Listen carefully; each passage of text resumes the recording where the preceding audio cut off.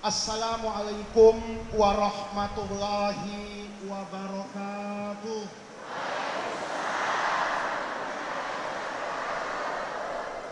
Bismillahirrahmanirrahim. Alhamdulillahi rabbil alamin. Wassalatu wassalamu ala asyrafil anbiya wal mursalin wa ala alihi wa sahbihi ajma'in, amma ba'du. Segenap para alim ulama yang saya muliakan, para guru, para tokoh masyarakat, pejabat-pejabat pemerintah yang saya hormati, Bapak Bupati, Bapak Kapolres, Bapak Kepala Kantor Kementerian Agama, dan para pejabat yang tidak bisa saya sebutkan satu demi satu, tapi tidak mengurangi rasa hormat saya kepada beliau-beliau, pengurus cabang Nahdlatul Ulama Kabupaten Sidrap dari jajaran Mustasar, Suriah, Tanfidiyah, Lembaga dan Banom, pengurus Masjid Raya Islamic Center yang saya hormati beserta jajarannya, Bapak, Ibu, hadirin hadirat sekalian yang berbahagia. Siang hari ini kita berkumpul di tempat yang baik ini untuk memperingati satu peristiwa yang sudah sering kita bahas, yang sudah sering kita dengar, yaitu peristiwa Al-Isra wal Mi'raj. Tadi pori kita itu sudah membaca bagian pertama dari surah Al-Isra yang dibuka oleh Allah dengan firman-Nya, Subhanalladzi asra. Kalau kita melihat di dalam Al-Quran, semua tasbih itu digunakan oleh Allah ketika membuka surah Al-Quran atau menuliskan ayat Al-Quran. Kalau belajar ilmu sharaf, ada ayat yang dibuka dengan fi'il madi, itu bunyinya sabbaha lillahi ma fis samawati wa ma fil ardi. Ada yang menggunakan fi'il mudhari, yusabbihu lillahi. Ada yang menggunakan fi'il amr, fasabbih bismi rabbikal azim. Semua itu menunjukkan dua hal. Kalau dia fi'il madi, sabbaha, maka menunjukkan di masa lalu. Kalau menggunakan fi'il mudhari dan fi'il amr, itu artinya di masa sekarang dan di masa yang akan datang.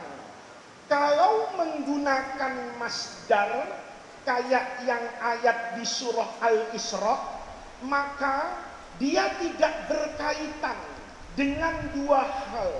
Tidak berkaitan dengan subjek pelakunya, tidak berkaitan dengan waktunya.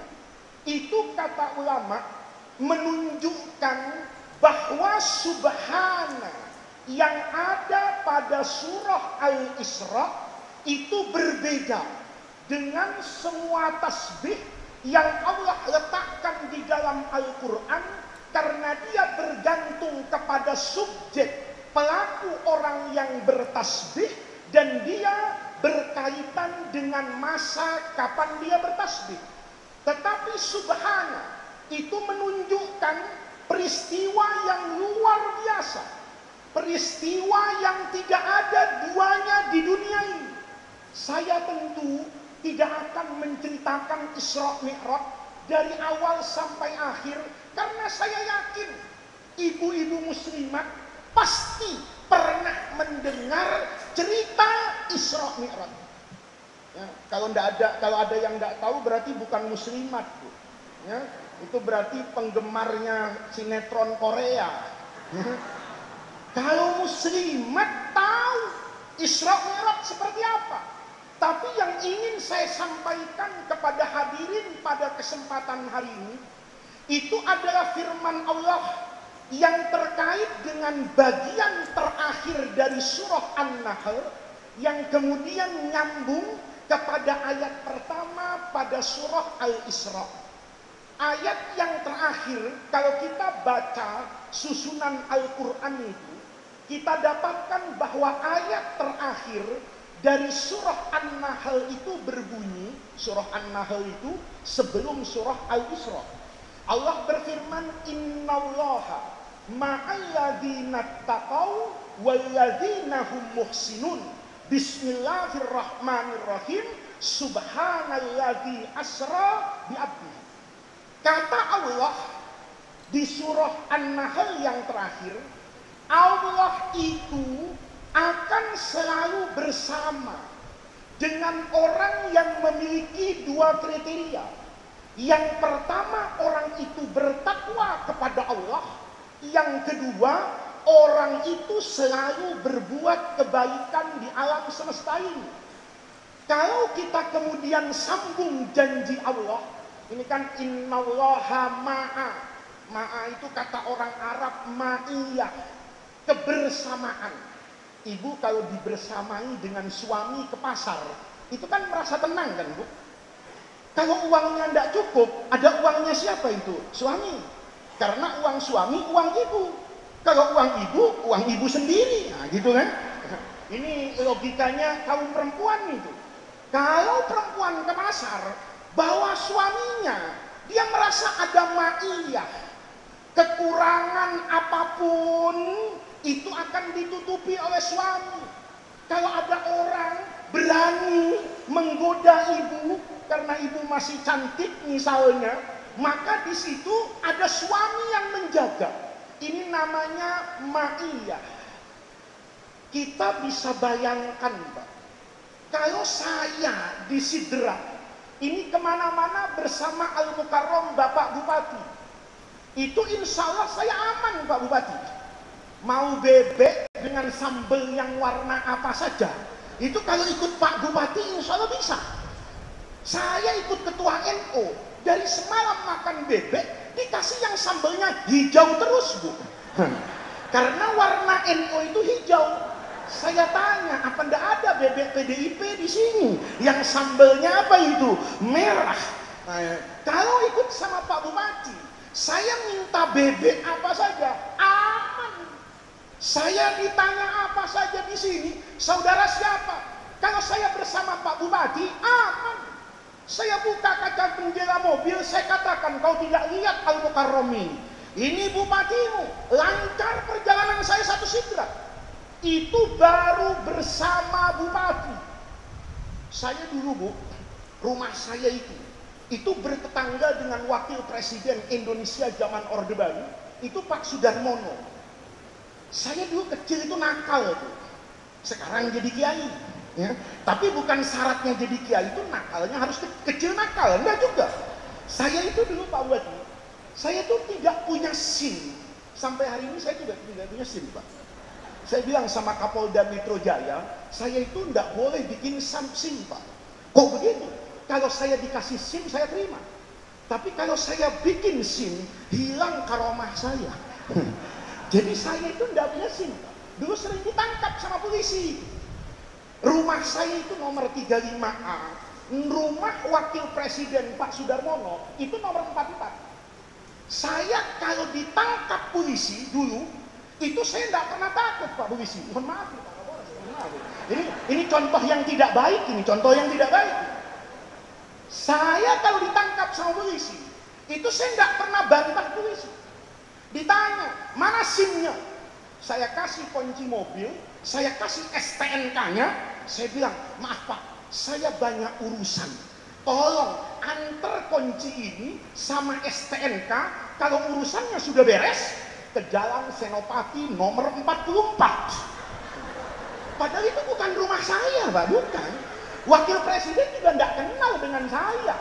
Tapi nyebut nama Jalan Senopati nomor 44 dengan menyebut Jalan Cendana nomor 8. di era Orde Baru itu menakutkan. Polisi itu langsung peluk saya. Jangan begitu, Dek. Jangan begitu, Dek. Main tinggal-tinggal saja. Dikembalikan, Bu. STNK-nya, kuncinya, bahkan mobil saya itu dibukakan pintu sama polisi. Sudah, Dek, ayo terus jalan. Yang penting hati-hati, Dek, ya. Iya, Pak. Beres. Kenapa? Dia takut saya itu keponakan wakil presiden. Karena lumayan saja lah, Pak. Ya. Muka saya ini, Pak Bupati, ya. Kalau ikut pilkada mungkin bisa menang, Pak. Ya. Saya kalau misalnya ini dibawa ke studio, ya. Oh, Bu. Orang cantik sekarang itu tidak perlu dirawat, Bu. Yang penting diedit.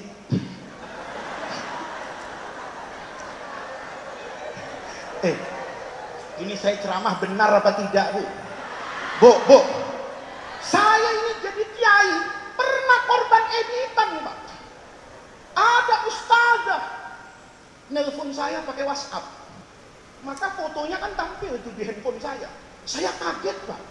Biasanya nelpon saya itu ketua PCNU, ya, ketua masjid, ya muka-mukanya itu tidak ada yang menyenangkan lah. Muka-mukanya itu seperti pengurus NU itu. Mukanya itu sudah seperti proposal, nunggu ambulan, minta bis kecil. Itu muka-muka yang tidak menyenangkan gitu lah. Itu kalau saya jadi gubernur Sulsel langsung saya kirim mobil itu lah, supaya ketua PC ini wajahnya dia menyenangkan lagi. Karena di telepon saya kaget betul, Pak. Yang nelpon tuh cantik betul, Bu. Karena cantik saya angkat. Kalau jelek saya kasih santri saya, kau angkat nih siapa? Karena cantik saya angkat. Ngomong, Pak Ustadz, bisa ceramah di majelis saya. Karena cantik saya bilang bisa, Bu. Saya tidak lihat jadwal. Nanti yang jelek saya undur saja gitu. Ini karena cukup apa ini, cukup cantik gitu. Saya oke. Yaudah saya datang. Acaranya masih 3 bulan. Bu. Ini ustazah setiap akhir pekan telepon saya. Pak Kiai jangan lupa, Pak Ustadz jangan lupa. Iya. Ya, akrab itu, nanti Bapak kalau datang ingin makan apa, saya masakkan, pokoknya so akrab. 3 bulan, Bu. 1 bulan itu 4 minggu, kali 3, 12 kali dia telepon saya. Untung istri saya tidak tahu. Jadi setiap telepon dia itu saya bersihkan, Bu, karena ini berbahaya ini. Ini untuk kedamaian NKRI, ya, menjaga ya stabilitas keamanan dari Papua sampai Aceh, dari Miangas sampai Pulau Rote. Itu di handphone saya cepat saya hapus itu. Cuman sayangnya ini ada rekaman. Nanti dikirim ke istri saya, repot saya balik ke Jakarta. Ini Bapak Ibu, begitu hari acaranya, saya datang. Betul, ibu-ibu semua. Yang laki itu cuma saya sama Kori. Yang lain itu perempuan. Ketika saya datang itu, ada satu perempuan itu, bahasa Jakartanya itu lenjen, genit. Ya. Genit, dekat-dekat dengan saya, nyapa. Saya pikir ini perempuan siapa? Baru kenal sudah seperti itu. Saya adem aja. Ya. Saya biasa aja, merasa tidak kenal. Lama-lama dia tidak tahan. Dia tegur saya, Pak Ustadz lupa sama saya. Saya berpikir siapa ibu? Cuman untuk tidak menyakitkan hati perempuan, saya bilang ibu saya mohon maaf. Menurut dokter, saya ini sudah harus pakai kacamata. Mata saya ini sudah tidak benar ukurannya. Tapi karena saya suka ke masjid pindah-pindah, saya khawatir kacamata saya tertinggal-tinggal. Jadi saya ini kalau ngelihat orang tidak begitu jelas, Bu. Padahal jelas saya lihat muka dia. Gitu. Ibu tadi bilang, Pak Ustadz lupa. Saya Pak Ustadz yang sering telepon Bapak. Dengar dia ngomong begitu, hati saya menjerit. Innalillahi wa inna ilaihi rajiun. Tahu begini yang ngundang, saya suruh ketua PCNU Sidrap saja yang datang. Jadi hari ini orang itu untuk cantik tidak perlu dirawat, Bu, diedit, maka semua perempuan Indonesia itu pasti cantik di Instagram. Semua ibu muslimat cantik di TikTok.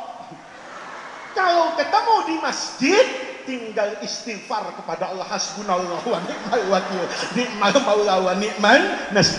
Jadi ini supaya tidak ngantuk Pak Kepala Kementerian Agama. Beliau juga mestinya ngantuk karena dari malam dengan saya. Ini Kepala Kantor Kementerian Agama yang paling setia sama kiai ini beliau. Ya. Nanti saya bilang sama Menteri Agama, tidak ada Kepala Kementerian Agama sekabupaten yang pernah ikut saya sehari itu ceramah berkali-kali. Cuman Kepala Kementerian Agama sidrap, ya. Ini luar biasa. Nanti Kepala Kementerian Agama kayak ini cepat masuk surganya, Pak. Apalagi kalau nanti Ketua PCNO ini diajak naik haji, lebih cepat masuk surganya. Nah, Bapak Ibu sekalian, karena muka saya saja dia percaya kalau saya ada hubungan sama Wapres.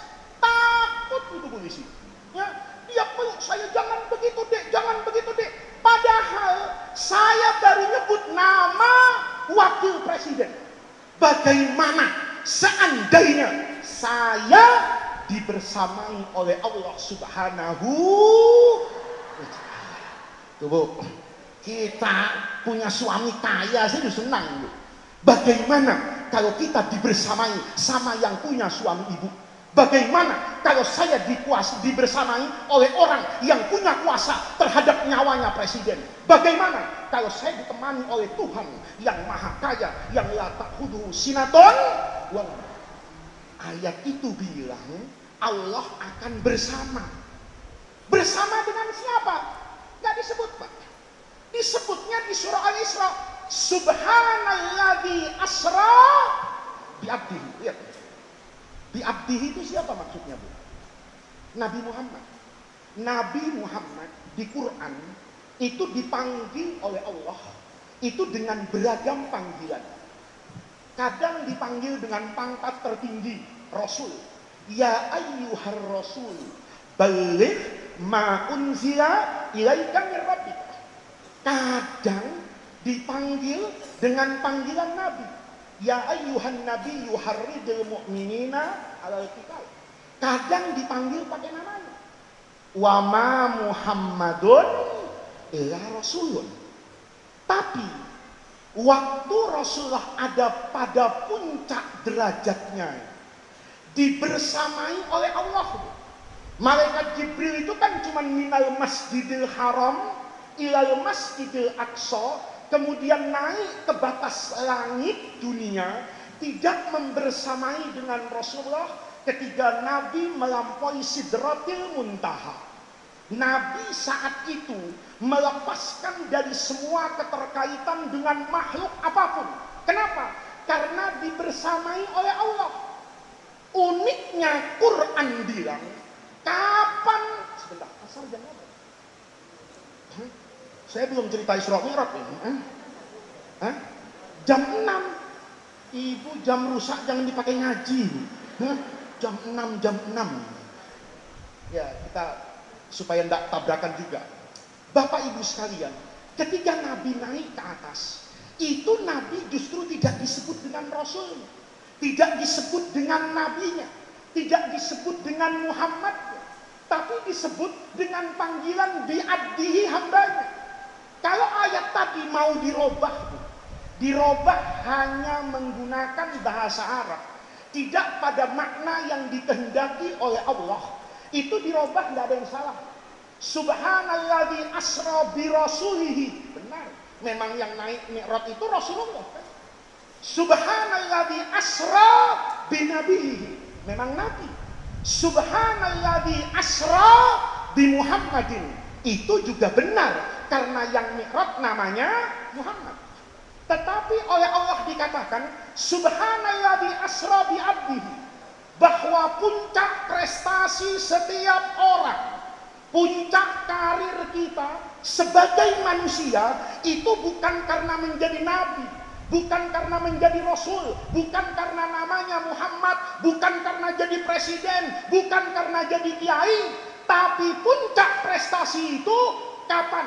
Saudara, ibu, bapak, pak bupati, saya bisa menjadi abdan, hambanya Allah. Ini kalau diceritain lama lagi. Tapi kalau kita pakai cerita, ini mudah. Jadi hamba itu gimana sih?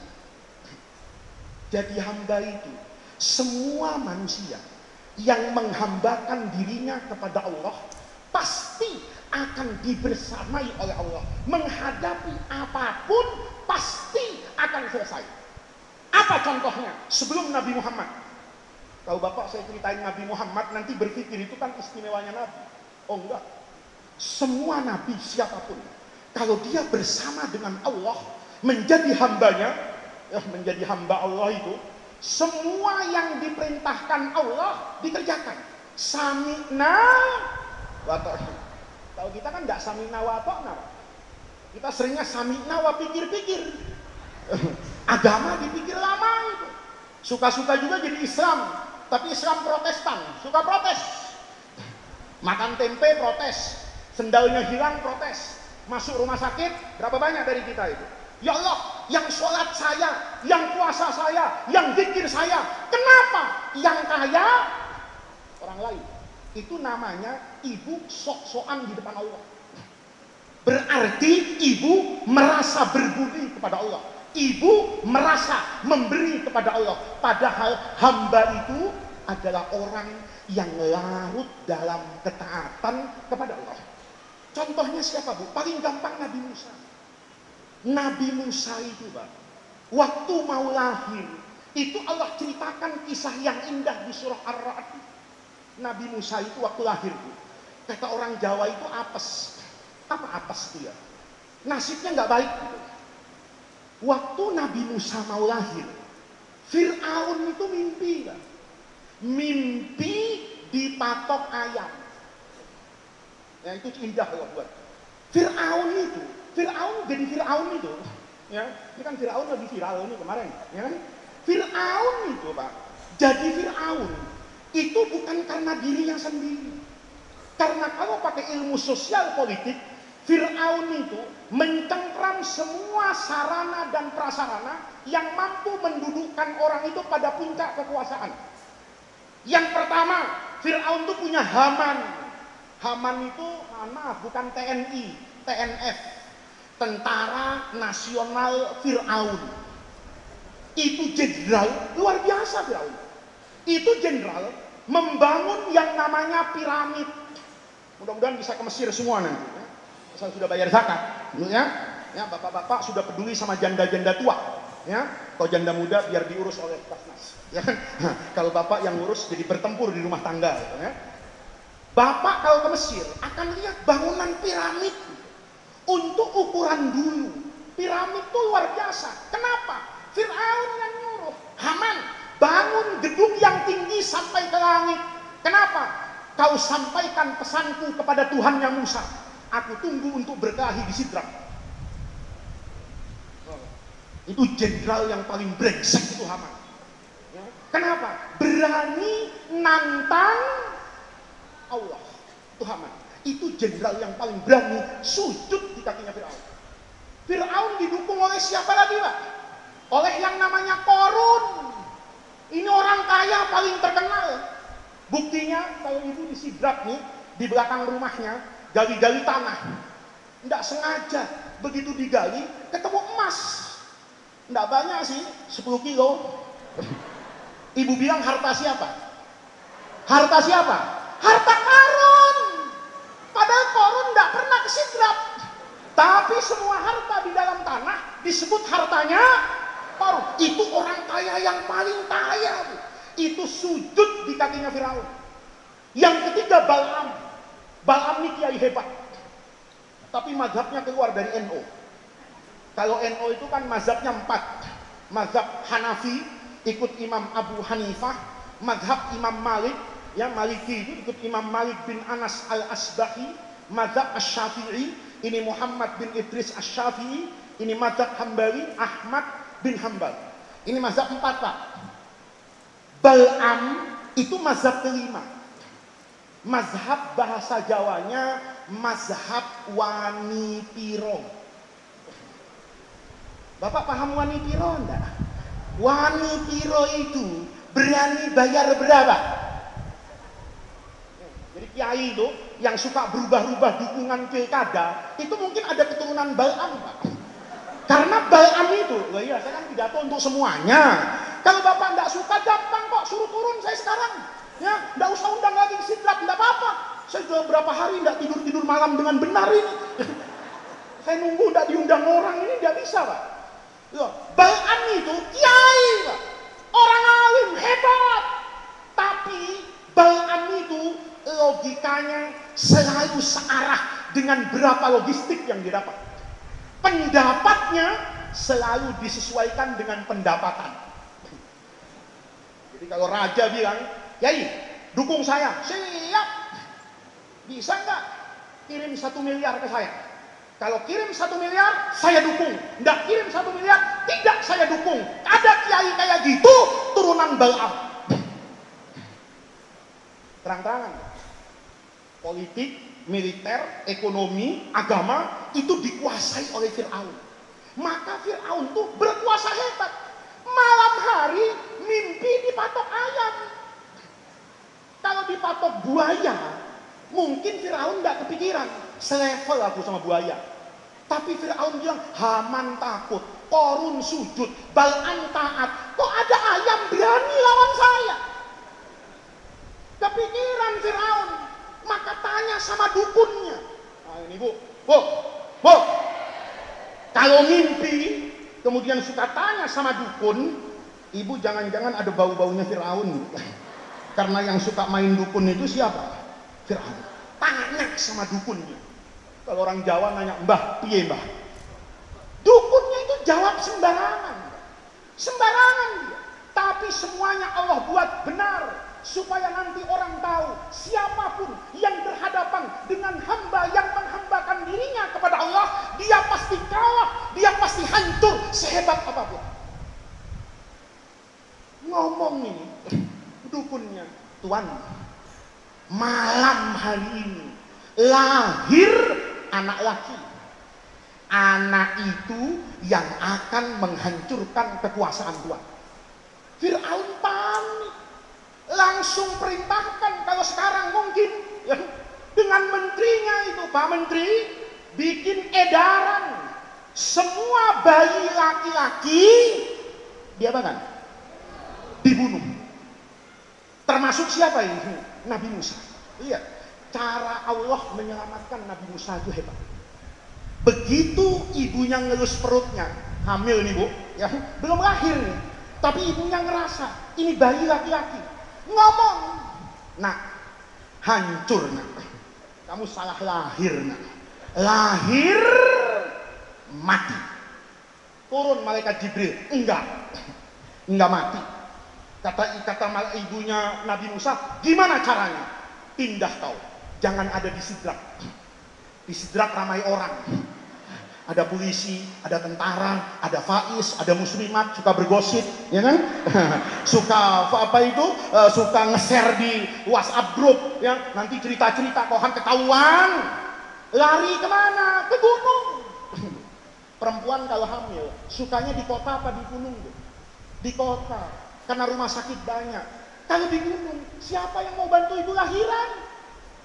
Nggak ada. Tapi kata malaikat Jibril, kamu menghamba nggak sama Allah? Kalau Allah bilang ke kanan, kamu ke kanan nggak? Siap, kata ibunya. Pindah. Lahir menyepi Nabi Musa.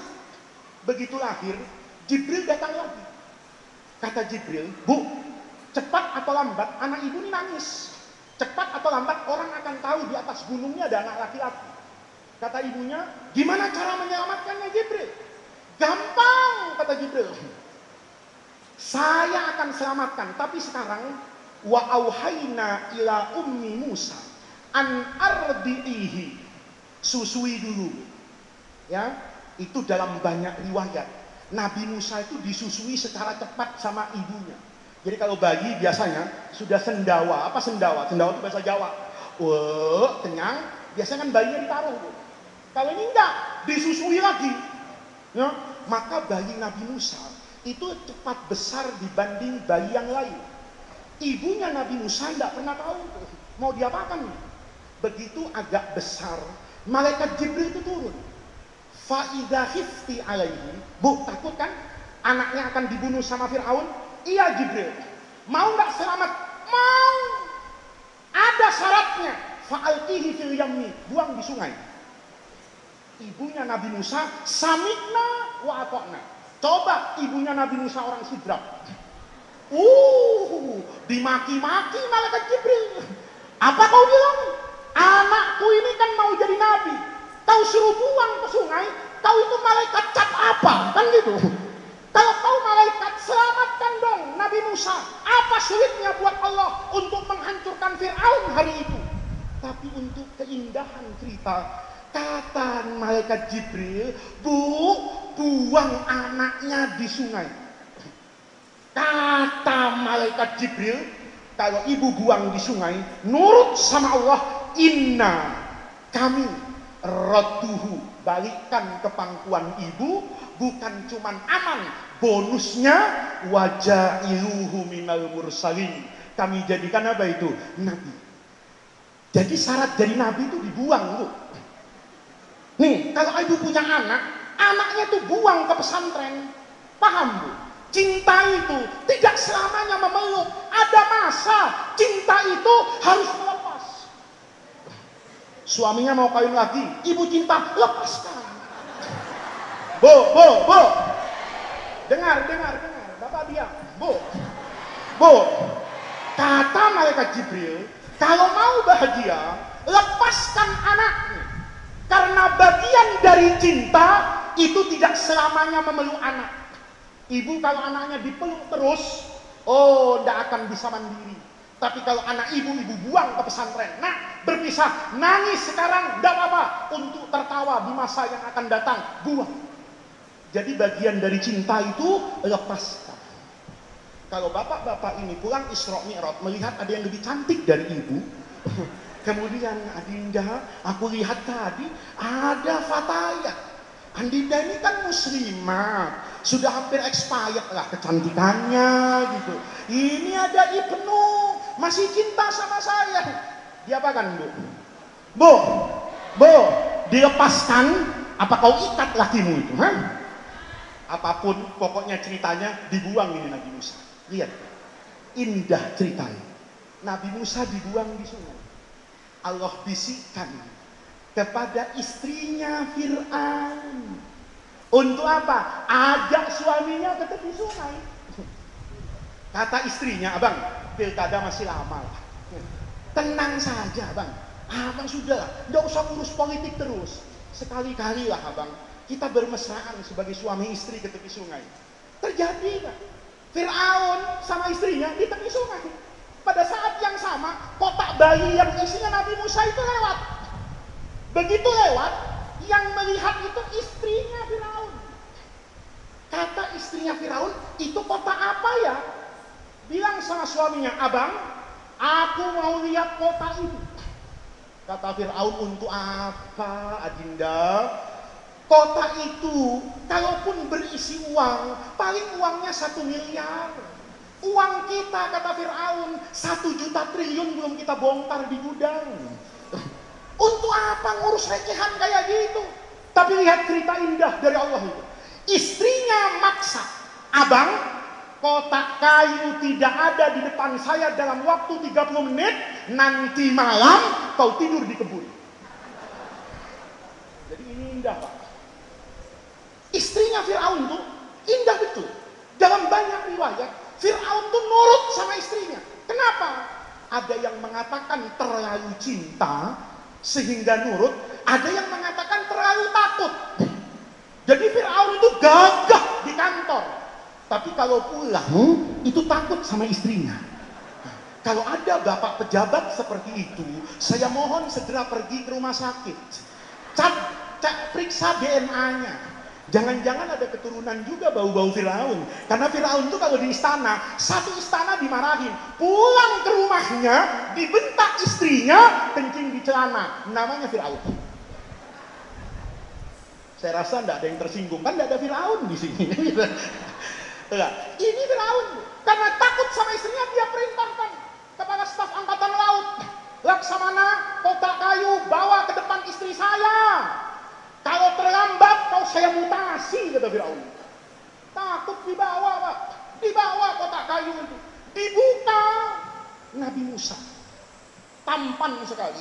Firaun itu bukan politisi kemarin sore.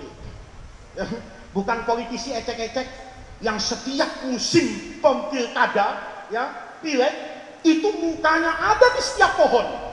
Tapi tidak pernah kita jumpai di kantor dewan. Saya pernah begitu, Pak. Saya sering begitu, Pak. Ada orang itu, kalau sudah mau jadi anggota DPR, ngundang pengajian saya, Pak. Fotonya tuh saya hafal. Sampai sebelum masuk kabupatennya, foto dia banyak. Begitu selesai pileg itu, saya diundang sama DPRD-nya untuk ngasih ceramah. Saya cari muka bapak itu, kok enggak ada ya? Saya tanya, bapak yang kemarin itu ngundang saya, kok enggak datang ya? Apa beliau sakit? Apa ada sedang reses? Oh enggak, Pak, memang dia enggak jadi. Nanti 5 tahun lagi ngundang saya lagi, diundang lagi ke DPRD-nya, enggak ada lagi. Itu caleg ecek-ecek, Pak. Ya, itu biasanya cuma menjadi penghibur di pohon-pohon saja. Firaun bukan kayak gitu. Naluri dan insting dia sebagai penguasa itu dibangun puluhan tahun, ratusan tahun. Begitu dibuka bayi, Firaun cabut pedang. Kata Firaun, ini yang akan menghancurkan kekuasaan saya. Dan benar. Dan benar. Tapi kalau orang sudah dibersamai sama Allah, yang pintar itu jadi goblok. Begitu dibuka, Firaun tuh nyabut pedang, mau bunuh anak itu. Yang menyelamatkan Nabi Musa siapa? FPI belum ada, Banser belum lahir. Siapa yang menyelamatkan Nabi Musa? Perempuan. Bisikan istri Firaun. Begitu lihat Nabi Musa tampan, dibuka, itu istrinya Firaun tuh langsung senang sama Nabi Musa. Dipeluk suaminya dari belakang. Nah, soal meluknya bagaimana saya tidak jelaskan, Pak. Ya. Bapak nonton film India, imajinasinya lebih bagus dari cerita saya ini pasti. Ya. Bapak itu Firaun dipeluk dari belakang. Istrinya ngomong, la taqtuluhu, jangan bunuh abang. Asa ayyan fa'ana, siapa tahu anaknya ada manfaatnya. Karena Firaun itu jadi pejabat kacau, Pak. Dia tidak akan mengeluarkan kebijakan kecuali kebijakan itu menguntungkan kepada Firaun. Itu kebijakan Firaun. Asa ayyan fa'ana. Tapi bukan itu yang dimaksud. Yang dimaksud itu yang kedua. Au nattakhidhahu walada. Ini mohon maaf, istrinya Firaun sedang memainkan perasaan yang tersembunyi di dalam diri Firaun yang bertahun-tahun berusaha dia tutupi dengan kekuasaan dan harta. Apa itu? Firaun ditakdirkan oleh Allah itu akim. Akim itu bahasa Arab. Bahasa Indonesianya itu mandul. Nggak bisa punya anak. Maka istrinya bilang, bang, ini anak tampan, kita angkat jadi anak. Abang dipanggil presiden tiap hari, dipanggil raja tiap hari, dipanggil panglima tiap hari. Tapi seumur hidup belum ada yang manggil abang itu ayah. Apa abang tidak kangen ada anak tampan memanggil ayah di rumah? Lihat, hebat kan cara Allah menyelamatkan Nabi Musa? Itu Firaun yang pinter dibisikin begitu sama istrinya, jadi goblok. Semenjak itu sejarah mencatat banyak laki-laki pintar dibisikin sama istrinya jadi bodoh. Firaun itu nggak bodoh, Pak. Seandainya dibunuh hari itu selesai, Pak. Nggak ada kisah Nabi Musa sama, nggak ada, bunuh selesai. Tapi bisikan istri itu dahsyat, Pak. Ini ketua NU hati-hati juga. Sama, saya juga hati-hati, Pak. Ya, saya itu setiap hari banyak ketemu muslimat. Ya, makanya saya kalau ketemu muslimat itu selalu sarungan. Ya, saya kalau pakai sarungan begini, kan ibu-ibu tidak berani dekat-dekat dengan saya. Dekat-dekat dengan saya bacakan Yasin Fadilah, Bu. Ya kan? Perempuan itu dahsyat. Itu ceritanya. Nggak jadi, Bu. Nggak jadi. Pedang yang sudah siap bunuh dimasukkan sama Firaun. Ngomong Firaun sama istrinya, benar. Angkat jadi anak. itu yang ngangkat Nabi Musa dari kota itu Fir'aun. Diangkat, dicium seperti seorang laki-laki yang merindukan anak puluhan tahun. Dia cium dengan penuh kasih sayang seorang bapak. Apa kata Quran? Faltaqatahu alu Fir'aun. Yang mungut Fir'aun. Kenapa? Sepintar apapun Haman, kata Quran, sepintar apapun Fir'aun, mereka kalah dengan Allah Subhanahu wa ta'ala. Iya, cerita kalau diterusin indah. Dipungut sama Fir'aun. Diajak main bu ke pasar kemana. Nabi Musa ketawa-ketawa senang. Namanya dari hutan ke kota. Tapi lama-lama bayi Musa nangis. Kenapa nangis? Kenapa nangis? Haus. Haus. Begitu haus, nangis. Kata ajudannya, kenapa nangis ini? Haus tuan. Pasti minta minum.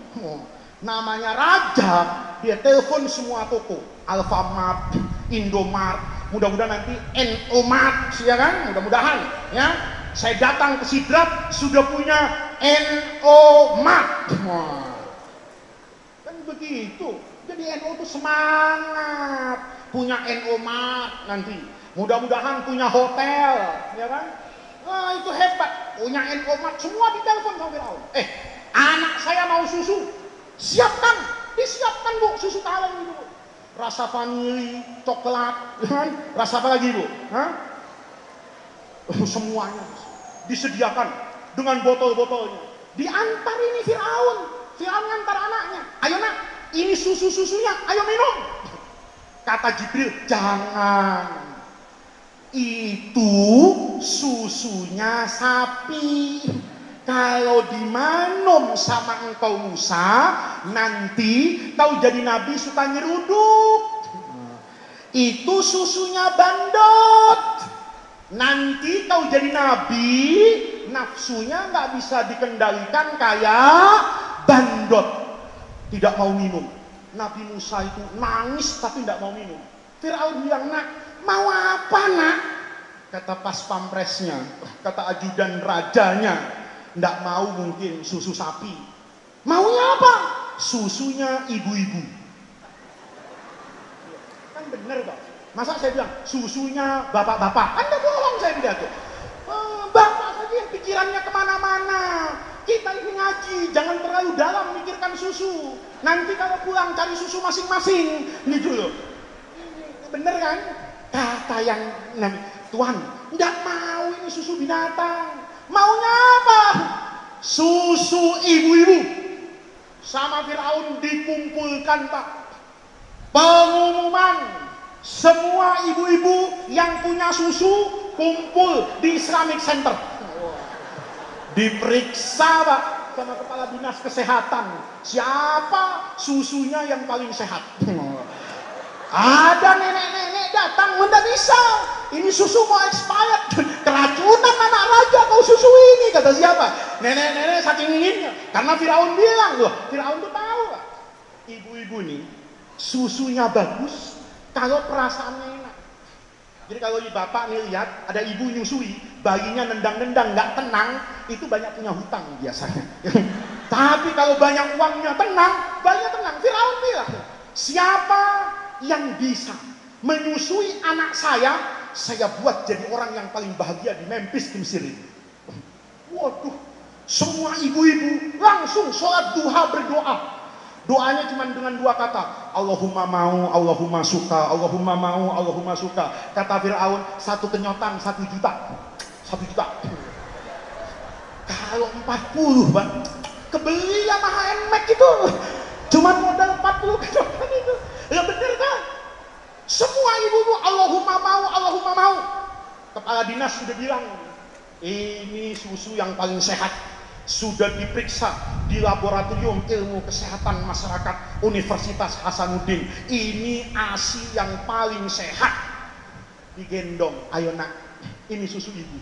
Mingkem Nabi Musa, dijaga sama Jibril. Jangan al-irku dasas, nyusu darah itu nurun.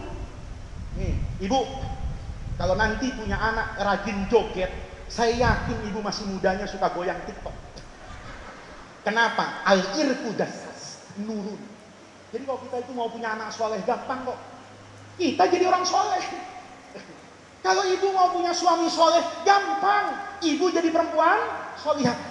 Mingkem nih Nabi Musa ini. Inna. Nggak ada. Panik bu. Lihat. Saat itu ada satu kebodohan. Saudaranya Nabi Musa yang perempuan itu disuruh sama ibunya ngikuti Nabi Musa yang dibuang. Dia akan bermuara kemana, kau ikuti nih saudaramu. Adik kakak perempuannya ini, kakak sepupunya ini nggak tega lihat Nabi Musa itu kehausan. Karena nggak tega, dia salah ngomong ke Firaun tuh. Diabadikan dalam Quran itu, hal adulluka ala bahli baitin yakfulunahu. Firaun, mau tahu enggak? Ada perawat bayi hebat. Asal dia yang merawat, semua bayi mau nyusu dan tenang. Kata Firaun, bawa. Waduh, ada di Manado. Firaun telepon sama Garuda. Kau bawa itu ibu-ibu ke Sidrap sekarang. Setengah jam tidak sampai, kau saya mutasi untuk bawa beca. Kata Firaun. Datang perempuan itu. Kata Firaun, ini orangnya. Iya, dikasih bayi Nabi Musa, bukan saja mau, langsung doyan ngenyot. Kenapa? Kenapa? Ibunya, anehnya, Firaun yang pinter jadi goblok. Gobloknya di mana? Coba lihat. Dia ngumpulkan ibu-ibu di Sidrap. Berkumpullah ibu-ibu yang punya ASI sebanyak 10.000. Berarti kan ada 20.000 susu. Ya enggak, ini sampai saya ceramahnya bener Pak. Nanti saya ceramah Bapak enggak paham. Ibu-ibunya ada berapa? Ibu-ibunya ada berapa? 10.000. Berarti kalau perempuan ada 10.000, ada berapa kaleng susu? Ya enggak. Ini pikirannya kotor sih gitu. Padahal saya ceramah benar kan? Benar nggak saya ceramah? Ibu mau punya susu 1? Nggak mau. Ibu mau punya susu 3? Nggak mau. Memang 2 takdir Allah. Ada perempuan 10.000. Susunya?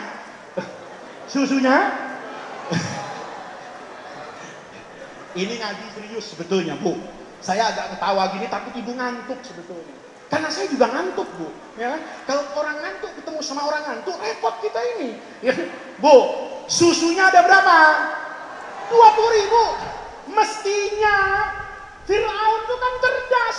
Dan kalau ada Firaun, di situ mesti ada panglima. Di situ mesti ada kepala badan intelijen. Di situ mesti ada kepala bidang intelijen, polisi, tentara, orang-orang pinter. Anehnya, semua yang pinter bodoh.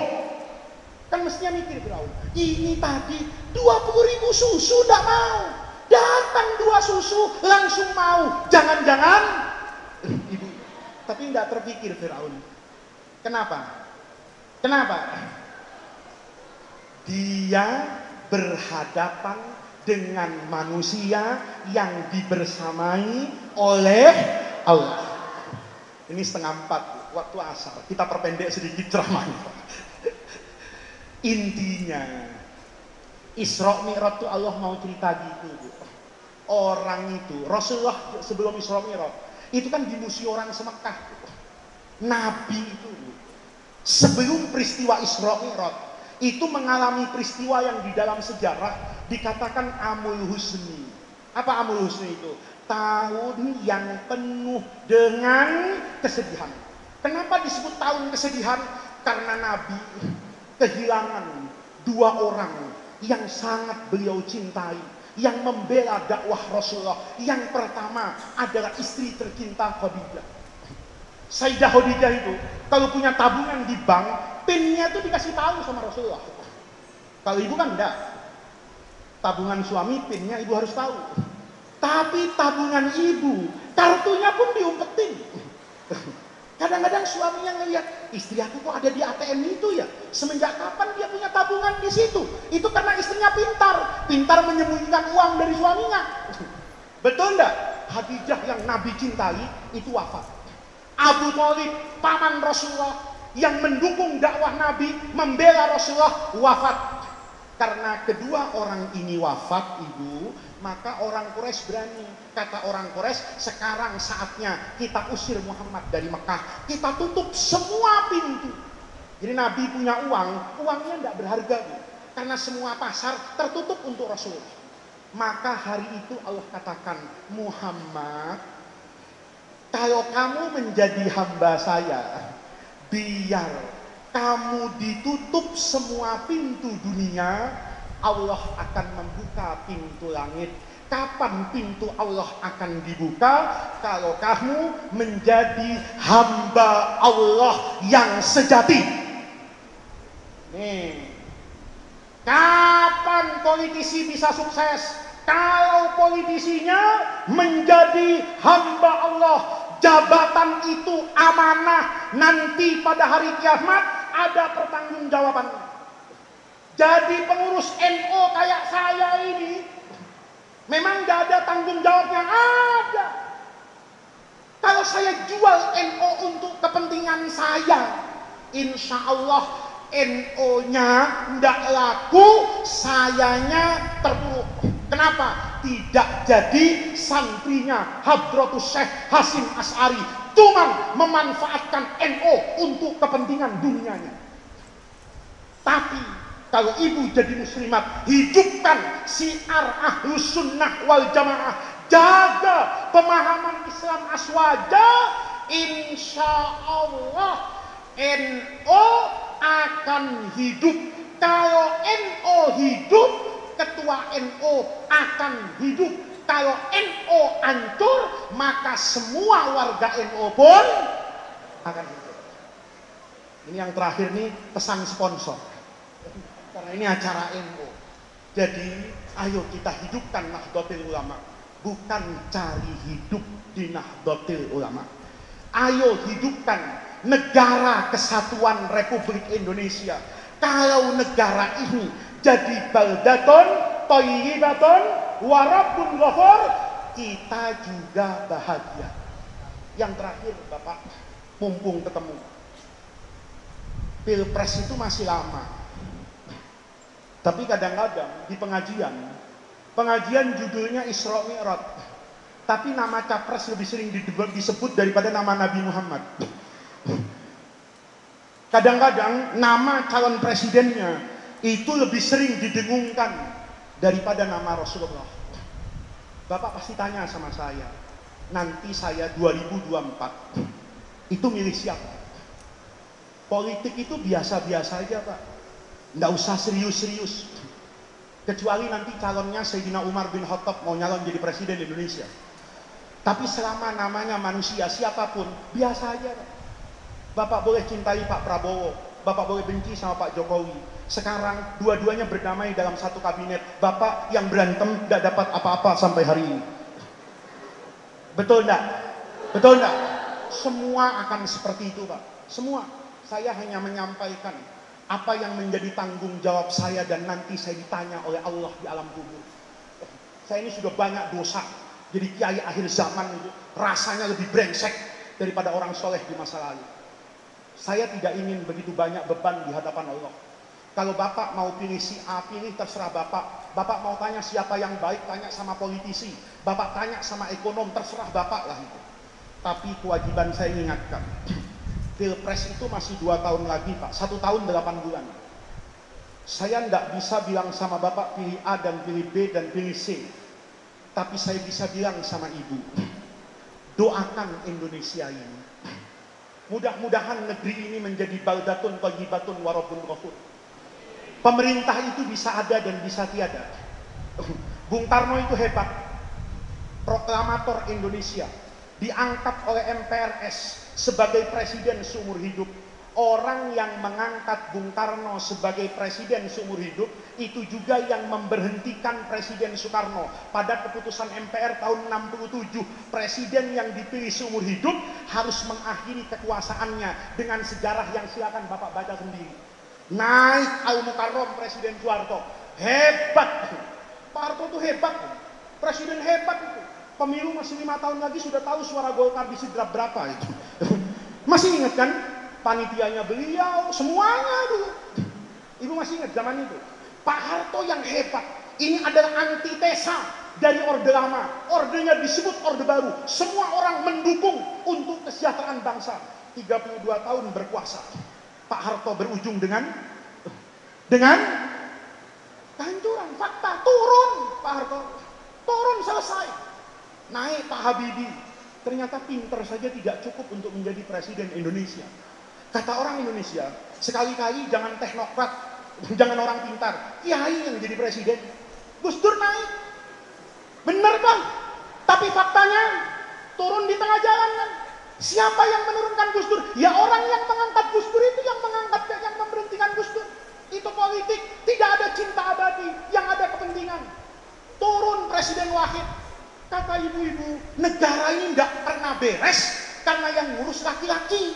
Tidak tahu harga cabai, tidak tahu harga beras. Betul? Naik presiden perempuan. Puas? Enggak. Oh ini presiden begini. Oh presiden ternyata harus yang gagah. Ibu pilih Pak SBY. Kenapa? Sekali-kali punya presiden tampan dan gagah. Waktu Pak SBY berkuasa, ada demonstrasi enggak? Ada. Sampai kerbau, masih ingat Pak? Kerbau ditulis di HI Pak SBY. Itu fakta. Pemimpin yang dicintai di awal itu tidak ada cinta yang abadi. Selesai. Kata bangsa Indonesia, ini kita butuh pemimpin yang agak kurus. Makannya tidak banyak. Itu fakta. Itu fakta. Apa saya menjelekkan orang? Enggak, saya cerita semuanya. Semuanya senang. Salam 2 jari. Hari ini pasti ada yang kecewa. Dukung Pak Prabowo. Mati untuk Pak Prabowo. Tahu-tahu jadi menteri tidak pamit sama pendukungnya. Itu kayak ibu-ibu naik motor itu. Belok ke kanan, sennya ke kiri. Orang pikir dia mau ke kiri. Ke kanan dengan Sandiaga. Betul enggak? Itu tanggung jawab saya di akhirat. Maka menghadapi pilpres, saya cuma pesan satu sama ibu. Nanti malam, jam 3 malam, itu waktu yang terbaik untuk berdoa. Wabil asharihum yastaghfirun. Ibu sujud panjang, bapak sujud panjang. Ya Allah, jadikan negeri Indonesia negeri yang baldatun thayyibatun wa rabbun ghafur. Siapa presidennya? Kalau ternyata Pak Jokowi bisa membawa bangsa ini menjadi baldatun thayyibatun wa rabbun ghafur, mudah-mudahan terpilih sampai 10 periode. Kalau ya Allah, negeri ini akan menjadi negeri yang kau ridhoi karena Prabowo yang jadi presiden, mudahkan jalan Pak Prabowo untuk menang Pilpres 2024. Kalau negeri ini akan beres dipimpin oleh Pak Ganjar, ya Allah, mudahkan Pak Ganjar menang mutlak 1 putaran di Indonesia, asal negeri ini menjadi baldatun thayyibatun wa rabbun ghafur. Kalau Pak Anies yang bisa membawa, sebut semua namanya Bu. Ini sampai maghrib tidak selesai saya ceramah nih. Ya kenapa? Harus menyebut nama semua orang. Itu namanya doa. Kalau menyebut nama, itu bukan doa, itu bukan kiai, itu tim sukses. Bedakan doanya kiai dengan doanya kiai merangkap tim sukses. Kalau doanya kiai, dia akan sebut semuanya. Karena dia tidak punya kepentingan kepada pribadi calon presiden. Dia cuma punya kepentingan kepada NKRI, kepada UUD 45, kepada Pancasila, kepada ajaran agama yang harus hidup di tanah yang berdasarkan Pancasila ini. Selesai tanggung jawab saya. Ya, nanti di akhirat saya tidak dibawa-bawa dosa Bapak. Nanti kalau Bapak coblos orang, jangan bawa-bawa saya. Saya tidak pernah bilang begitu. Nanti Bapak istikharah. minta petunjuk 1 tahun sebelum Pilpres, doa Allahumma ingkana Jokowi, ingkana Prabowo, ingkana Anies, ingkana Erik, ingkana Khofifah, ingkana Anies, ingkana Ganjar, ingkana sampai ingkana ketua NO, ingkana Katib Surya NO, dia yang memudahkan jalannya. Aman negara? Aman negara? Pak, politik Islam itu penting, tapi ibadah Islam itu lebih penting. Berteriak mendukung orang baik itu penting, tapi lebih penting lagi mendoakan negeri ini untuk menjadi negeri yang baik. Ini yang bisa saya sampaikan pada kesempatan yang baik ini. Saya Pak Bupati, terima kasih. Selama di Sidrap saya selalu merasa bahagia. Ya, saya tadi sudah telepon istri saya. Istri saya itu orang yang selalu peduli dengan kesehatan suaminya. Jadi kalau makan, saya itu diingatkan sama istri saya.